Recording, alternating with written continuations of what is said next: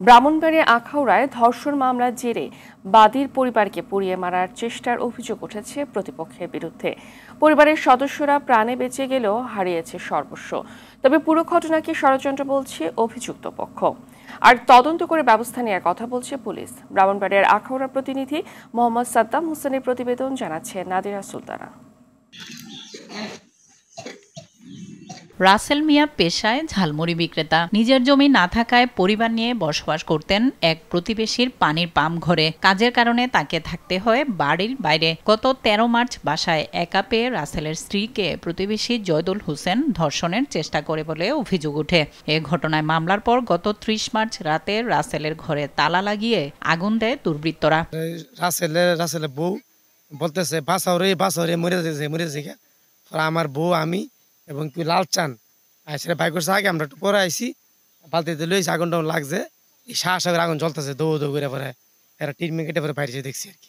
তখন এইটা মানে দেখা যদি সিন্ডিকেট করে যে যদি মেয়ার দুষ্ট না তৈলে একজনে সারবো ওইটা লইয়া মনে করেন উঠতে গেছে মিটিং থেকে উঠতে সাইডা ইয়াটি কাগজ দিয়ে একজন নাম ফালাই দেয়া যা যদি মেয়ার যে কলাচুরি ফাঁসিও এটাও আমরা দেখুম এ কথাকে মিটিংটা ভাঙ্গিয়া দিচ্ছি।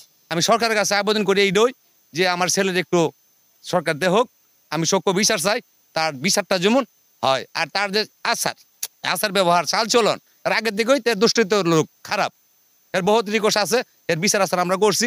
উত্তর ভাতের দৌড়ে ফেলাইছে মহিলা লয়ে দূরে পরে কিছুদিন আগে তার জুতা গলাত লয়ে তার মাপ চাওয়া নিয়েছে এই মহিলার ব্যাপার নিয়ে এ দুষ্ট লোক এর করবে আমরা বিচার চাই।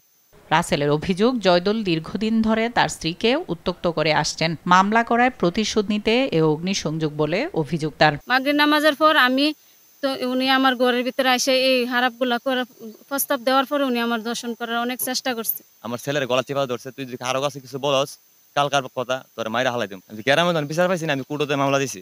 কোর্টে মামলা দেওয়ার পরে আবার পরে কইতাছে তুই কেমন সাহস দেখা দেবো এই কথা কর। 2 দিন পরে মনে করেন আমার বাইরে তালা দিয়া তবে অভিযোগ অস্বীকার করে বিষয়টিকে চক্রান্ত বলে দাবি জয়দুলের।